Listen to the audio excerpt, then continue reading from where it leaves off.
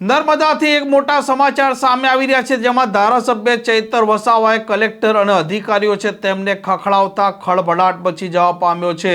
વિગતવાર વાત કરવી છે શું સાગબારામાં ઘટના બની છે તેની।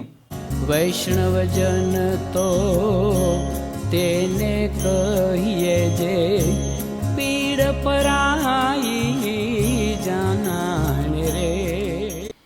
નમસ્કાર, આપ જોઈ રહ્યા છો નવજીવન ન્યૂઝ અને હું છું આપની સાથે તોફિક ગાંચી। નર્મદામાં એકલવ્ય સ્કૂલ છે તેનું ઉદ્ઘાટન હતું, કાર્યક્રમ ચાલી રહ્યો હતો। ચૈતર વસાવા પ્રવચન આપી રહ્યા હતા અને એકાએક આ ચૈતર વસાવા કલેક્ટરને પણ ખખડાવે છે અને અધિકારીઓને પણ ખખડાવતા આકરા સવાલો પૂછે છે કે તેમને કાર્યક્રમોમાં કેમ આમંત્રણ આપવામાં નથી આવી રહ્યું, તેમને કેમ જાણ કરવામાં નથી આવતી, તેમને કેમ પત્રિકા આપવામાં નથી આવતી અને અનેક સરકારી કાર્યક્રમોમાં પણ તેમને આમંત્રણ નથી મળતું। તેવા તેમણે કલેક્ટરને આકરા સવાલો પૂછ્યા હતા, ગુસ્સે થયા હતા, નારાજ થયા હતા અને તેમણે ખુલાસો માંગતા મામલો બીચક્યો હતો। અને તે જ સમયે ત્યાં હાજર હતા સાંસદ મનસુખ વસાવા, ભારતીય જનતા પાર્ટીના પદાધિકારીઓ અને આસપાસ ગરમાગરમી ભર્યો માહોલ થઈ જાય છે। લોકો એકઠા થાય છે અને મામલો થાળે પાડવાનો પ્રયાસ કરે છે અને આ ઘટના પણ હવે સામે આવી છે।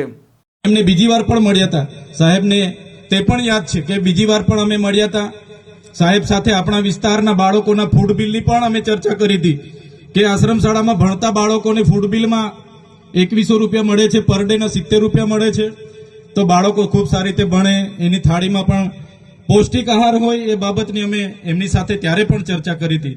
ખોટા જાતિના પ્રમાણપત્ર જે બીજા જ્ઞાતિના લોકોને આપવામાં આવે છે, અમે તે દિવસે મંત્રી સાહેબને સાથે બેસીને એની પણ પરામર્શ કર્યો હતો કે સાહેબ આમાં વિશ્લેષણ સમિતિ આગળ તપાસ કરતી નથી, હવે તમે છો, તમારા પર અમે અપેક્ષા લઈને બેઠા છે, તમારે એ ખોટા જાતિના પ્રમાણપત્ર લઈને જે પણ લોકો જે પણ કક્ષાએ હશે, નોકરીમાં હશે કે શિક્ષણમાં હશે, એવા લોકોને આપણે વિશ્લેષણ કમિટી દ્વારા શોધવા પડશે અને એ જે એમને જાહેર કરવા પડશે, એ પણ અમારી વાત હતી।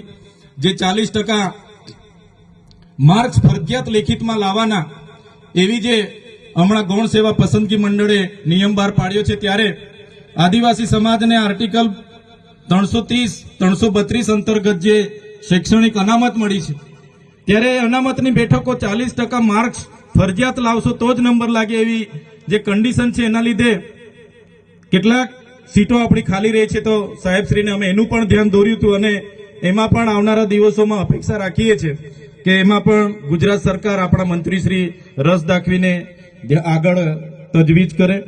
માન્ય મંત્રી સાહેબો, તમે બેઠા છો, સાંસદ સાહેબ પણ છે સાહેબ, આટલો મોટો મારા વિસ્તારમાં કાર્યક્રમ છે, કલેક્ટર સાહેબ, પ્રાંત સાહેબ અને પ્રાયોજનાજી, શર્માજી, હું અહીંનો ધારાસભ્ય છું ભાઈ, મને કેમ કોઈ ફોન બી નહીં કર્યો, પત્રિકા નહીં, જાણ નહીં, ખુલાસો કરો। હું ધારાસભ્ય છું ભાઈ, આ મારું અપમાન નથી, મારી જનતાનું અપમાન છે, આ મારું અપમાન નથી, મને કોઈ કાર્યક્રમનો મોહતાજ નથી, મને પત્રિકામાં નામ આવે, મારી તકતીમાં નામ આવે તો જ ચૈતર વસાવા આવે એવું નથી। ચૈતર વસાવા નામ માટે હું નથી આવતો, મારા જનતાને મારા સરપંચે કીધું કે આટલો મોટો કાર્યક્રમ છે શિક્ષણનો, સાહેબ તમારે આવવું પડશે, એટલે મેં આવ્યો છું। અને કલેક્ટર સાહેબ, તમારી જવાબદારી છે, તમે વહીવટ છો, તમે મને ફોન કરીને જણાવો ને કાર્યક્રમ છે, મંત્રી સાહેબ ગાંધીનગરથી આવે છે, કઈ તકલીફ છે અમારાથી તમને? પ્રાયોજનાજી, શર્માજી, તકલીફ है आपको? તો કેમ ભાઈ તમે અમને જાણ નથી કરતા, કેમ આમંત્રણ નથી આપતા? તમારું વહીવટી તંત્ર હું ધંધા કરે છે ને બધું ખબર છે। હમણાં મોદી સાહેબ આવ્યા હતા, ખર્ચો થાય ભાઈ, 8-10 કરોડ રૂપિયાનો ખર્ચો થાય। તમે દેવ મોગરામાં ડેકોરેશન માટે કલેક્ટર સાહેબ 16 કરોડ રૂપિયાનો અમારા આદિજાતિ બજેટમાં ખર્ચો પાડ્યો છે। તમે ત્યાં મોદી સાહેબના મંડપના સ્ટેજ માટે 15 કરોડના ખર્ચા કર્યા છે। ટોયલેટ, મોબાઈલ ટોયલેટ માટે 2,40,000નો 2 કરોડ ને 40 લાખના તમે ખર્ચા પાડ્યા છે। નાસ્તા માટે 2 કરોડ ખર્ચા પાડ્યા છે તમે, ડોમ માટે 2 કરોડ ખર્ચા પાડ્યા, ચા માટે 2 કરોડ ખર્ચા પાડ્યા, બસ માટે 2 કરોડ ને 71 લાખ રૂપિયાનો ખર્ચો પાડ્યો। કેમ? અમે સવાલ પૂછીએ એટલે તમને નડીએ છે? તમારા મનમાં ધુમાડો હોય તો કાઢી નાખજો ભાઈ, બરાબર છે? આ જનતાના ટેક્સના પગારે આપણે બધા છે, આ જનતાના ટેક્સનો પગાર મને પણ મળે છે, તમને પણ। કલેક્ટરથી તલાટીથી લઈને કલેક્ટર સુધીના બધા તમે નોકર છો, અમે બધા સેવક છે। આ લોકોએ જે પણ કે અમે પ્રતિનિધિ છે, અમને અધિકારો આપ્યા છે, તમે અમને કેમ અહીંયા બોલાવ્યા નથી? ના સાહેબ, અમારે વિદ્યાર્થીઓ અમે કેવું પડે છે. અમને કઈ તમે દર વખતે ચિકદામાં કીધું, દર વખતે આ જ પ્રશ્ન ઉભો કરો છો, દર વખતે આ જ પ્રશ્ન ઉભો કરો છો. ઓ ભાઈ, ધારાસભ્ય છું, લોકોએ મને ચૂંટ્યા છે, મને આમંત્રણ જોઈએ ભાઈ. આ કોઈના પૈસાથી આ બિલ્ડિંગ નથી બની, તમારા ઘરના પૈસાથી બની છે. અરે વિષય પર તો મને આમંત્રણ કેમ નથી આપ્યું? મને જાણ કોઈ એક ફોન કેમ નથી કર્યો? કેમ ભાઈ? અમે ધારાસભ્ય ચૂંટાયેલા છે, લોકોએ અમને અધિકાર આપ્યા છે, અમારો અવાજ તમે દબાવવાની વાત કરો છો. અમને કેમ નથી આમંત્રણ આપ્યું? તમે તમારે આમંત્રણ આપવું જોઈએ ને અમને. ઓ ભાઈ, બંધ કરી દેવાડો, મારા અધિકાર છે ભાઈ. તમે આવો, બંધ કરી દે એટલે આમંત્રણ કેમ નથી આવ્યું? બંધ કરી દે એટલે બંધ કરી દો એટલે આમંત્રણ આપવું જોઈએ ને તમારે.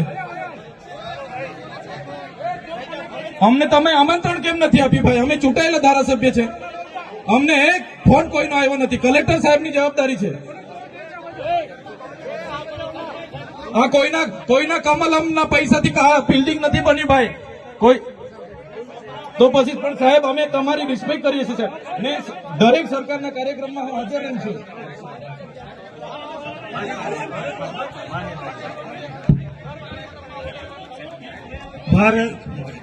ભાઈ ચલો શાંતિથી બેસી જાઓ, બધા બેસી જાઓ. એ ભાઈ, બધા બેસી જાઓ, બધા બેસી જાઓ. ચાલો શાંતિથી બેસી જાઓ ભાઈ, આગળ નહીં, બેસી જાઓ શાંતિથી. ભાઈ ભાઈ એ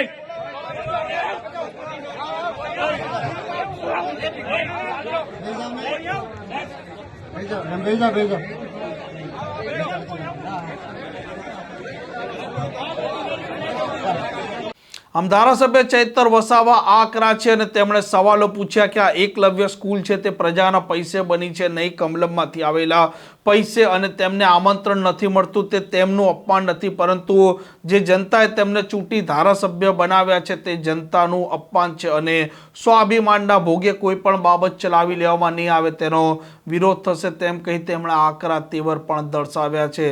આ પ્રકારના સમાચાર માટે નવજીવન ન્યૂઝની આ ચેનલ સાથે જોડાયેલા રહો. નમસ્કાર.